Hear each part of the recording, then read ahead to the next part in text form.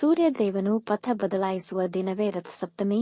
ಈ ವರ್ಷದ ರಥಸಪ್ತಮಿಯು 25 ಜನವರಿ 2026 ರಂದು ಆಚರಿಸಲಾಗುವುದು. ನಮ್ಮ ಸಂಪ್ರದಾಯದಲ್ಲಿ 33 ಕೋಟಿ ದೇವರುಗಳು ಇದ್ದಾರೆಂಬ ನಂಬಿಕೆ ಇದ್ದರೂ ಸೂರ್ಯ ಮತ್ತು ಚಂದ್ರರು ಮಾತ್ರ ಪ್ರತ್ಯಕ್ಷವಾಗಿ ನೋಡಬಹುದಾದಂಥವು.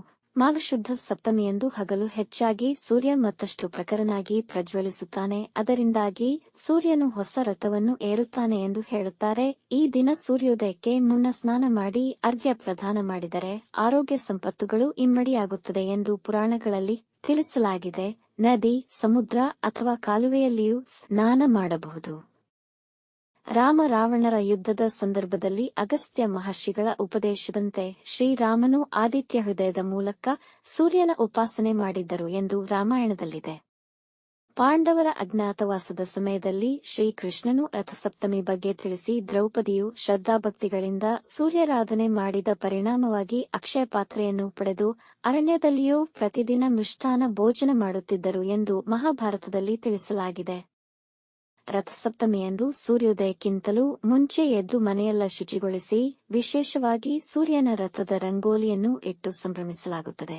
ಸ್ನಾನದ ಸಮಯದಲ್ಲಿ 7 ಏಕದ ಎಲೆಗಳನ್ನು ಭುಜ ಅಥವಾ ತಲೆಯ ಮೇಲೆ ಇಟ್ಟುಕೊಂಡು ಸ್ನಾನ ಮಾಡಿ ಅಥವಾ ಭುಜಕತ್ತು, ಕಂಕಳು, ತೊಡೆ, ಪಾದಗಳ ಮೇಲೆ ಎಕ್ಕದಲೆಯನ್ನು ಇಟ್ಟುಕೊಂಡು ರಥಸಪ್ತಮಿಯಂದು ಸ್ನಾನ ಮಾಡುವಾಗ ಈ ರೀತಿಯಲ್ಲಿ ಸಂಕಲ್ಪ ಮಾಡಿ: ಸಪ್ತ ಸಪ್ತ ಮಹಾಸಪ್ತ ಸಪ್ತದ್ವೀಪ ವಸುಂಧರ ಸಪಾರ್ಕಪರ್ಣಂ ಆದಾಯ ಸಪ್ತಮ್ಯಾಂ ಸ್ನಾನಮಾಚರೇತ್ ಯದ್ಯಜ್ಜನ್ಮ ಕೃತಂ ಪಾಪಂ ಮಯ ಸಪ್ತಸು ಜನ್ಮಸು ತನ್ಮೇ ರೋಗಂ ಚ ಶೋಕಂ ಚ ಮಾಕರಿ ಹಂತು ಸಪ್ತಮಿ ಏತಜ್ಜನ್ಮ ಕೃತಂ ಪಾಪಂ ಜನ್ಮಜ ಮಾಂತರಾರ್ಜಿತಂ ಮನೋವಾಕ್ಕಾಯಜಂ ಯಚ್ಚ ಜ್ಞಾತಾಜ್ಞಾತಂ ಚಯತ್ ಪುನಃ ಇತಿ ಸಪ್ತವಿಧಂ ಪಾಪಂ ಸ್ನಾನಾನ್ಮೇ ಸಪ್ತ ಸಪ್ತಕೆ ಸಪ್ತವ್ಯಾಧಿ ಸಮಾಯುಕ್ತಂ ಹರ ಮಾಕರಿ ಸಪ್ತಮಿ.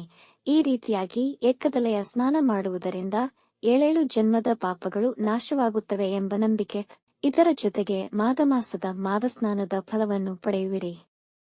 ಸ್ನಾನ ನಂತರ ಸೂರ್ಯ ಮೂಡುವಾಗ ಸೂರ್ಯ ದೇವನಿಗೆ ಅರ್ಘ್ಯವನ್ನು ಅರ್ಪಿಸಿ, ಅದು ನಿಂತಿರುವ ಭಂಗಿಯಲ್ಲಿರುವಾಗ ಅರ್ಪಿಸಿ. ನಂತರ ತುಪ್ಪದ ದೀಪವನ್ನು ಬೆಳಗಿಸಿ ಮತ್ತು ಮಂತ್ರಗಳನ್ನು ಪಠಿಸುವಾಗ ಕೆಂಪು ಹೂವು, ಅರಿಶಿನ ಪುಡಿ, ಕುಂಕುಮ, ಜನಿವಾರ, ಬೆಲ್ಲವನ್ನು ತಾಂಬೂಲದೊಂದಿಗೆ ಸೂರ್ಯನಿಗೆ ಅರ್ಪಿಸಿ.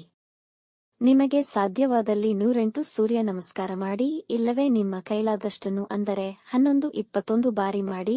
ಕೈಲಾಗದವರು ಬಗ್ಗಿ ನಮಸ್ಕಾರ ಮಾಡುವ ಮೂಲಕ ಸೂರ್ಯದೇವನಿಗೆ ಮನಪೂರ್ವಕವಾಗಿ ಪ್ರಾರ್ಥಿಸಿ.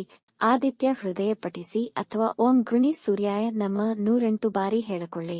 ರಥಸಪ್ತಮಿ ಪೂಜೆಯನ್ನು ಸಂಪೂರ್ಣ ಭಕ್ತಿಯಿಂದ ಮಾಡುವ ಭಕ್ತರಿಗೆ ಸೂರ್ಯನು ವ್ಯಕ್ತಿಯ ಮಾನಸಿಕ, ದೈಹಿಕ ಮತ್ತು ಭಾವನಾತ್ಮಕ ಆರೋಗ್ಯಕ್ಕೆ ಉತ್ತೇಜನವನ್ನು ನೀಡುತ್ತಾರೆ. ಯಾವುದೇ ರೀತಿಯ ರೋಗಗಳು ಮತ್ತು ಕಾಯಿಲೆಗಳನ್ನು, ಮುಖ್ಯವಾಗಿ ಕಣ್ಣು ಅಥವಾ ಚರ್ಮದ ಸಮಸ್ಯೆಗಳನ್ನು ಗುಣಪಡಿಸುತ್ತದೆ. ಈ ಪೂಜೆಯನ್ನು ಮಾಡುವುದರಿಂದ ಯಶಸ್ಸು, ಬುದ್ಧಿವಂತಿಕೆ, ಹೆಸರು, ಕೀರ್ತಿ, ಸಂಪತ್ತು, ಸವಾಲುಗಳಲ್ಲಿ ಗೆಲುವು ಸೇರಿ ಅಪಾರ ಪ್ರಯೋಜನವನ್ನು ಪಡೆಯಬಹುದು. ಪುತ್ರ ಸಂತಾನ ಹೊಂದಲು ಬಯಸುವ ದಂಪತಿಗೆ ಈ ಪೂಜೆ ಅನುಕೂಲಕರವಾಗಿದೆ. ಈ ರಥಸಪ್ತಮಿಯಂದು ಕೂಷ್ಮಾಂಡದಾನ ಮಹಾಫಲವನ್ನು ನೀಡುವುದು. ವಿವಾಹಿತ ಸ್ತ್ರೀಯರು ಗರ್ಭದೋಷದಿಂದ ಬಳಲುತ್ತಿದ್ದರೆ ಕೂಷ್ಮಾಂಡದಾನ ಮಾಡುವುದರಿಂದ ಗರ್ಭದೋಷ ನಿವಾರಣೆಯಾಗಿ ಸಂತಾನಫಲವು ಲಭಿಸುವುದು.